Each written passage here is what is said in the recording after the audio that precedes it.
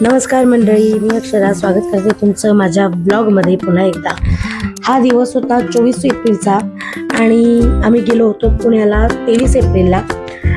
तर माझ्या जिजाजींची म्हणजे माझ्या लहान्या बहिणीच्या मिस्टरांची इच्छा होती खूप दिवसापासून की त्यांनी आम्हाला खडकवासला धरणावर एकदा तरी न्यावं। तर ती इच्छा त्यांनी पूर्ण केलेली आहे। त्यांनी आम्हाला खडकवासला धरणावर फिरायला नेलं होतं। तर तिकडचाच हा ब्लॉग आहे। तर इतकं सुंदर वातावरण तिथे होतं, सुंदर स्वच्छ पाणी होतं आणि मजा पण खूप छान येत होती आणि वातावरण पण थोडंसं पावसाचं ढगाळ वातावरण झालं होतं। त्यामुळे आम्ही अशी गरम गरम मॅगीची ऑर्डर दिली होती आणि मग आम्ही इथे बसलो होतो गप्पा मारत आणि मुलं इथे मस्त पाण्यात खडे टाकत होते, पळापळी खेळत होते, एन्जॉय करत होते।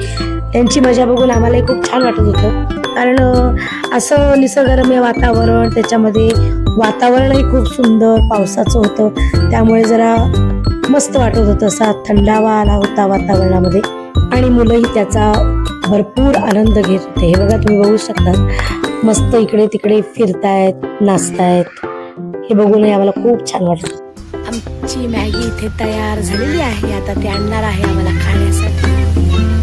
हे बघा, गरम गरम वाफा निघतायत छान आणि इग्नोर मारा आमच्या आवाजाकडे।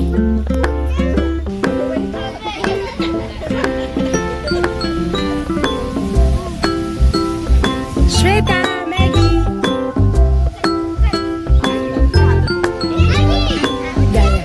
अरे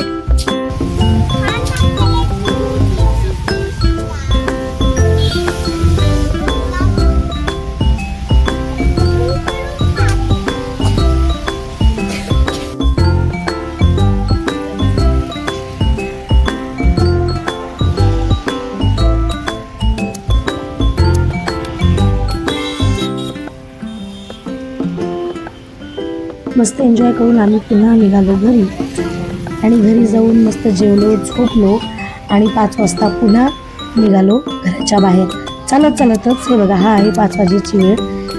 चालत चालत इथे इतकं सुंदर आहे तिच्या इथे, तर आजूबाजूला छान झाडं आहेत, त्यामुळे तिच्या इथून चालायला खूप सुंदर वाटतं। ती मेन म्हणजे नांदेड सिटीत राहते, हा नांदेड सिटीचा एरिया आहे, तर तिथून मस्त एकदम छान वाटतं असं चालायला वगैरे।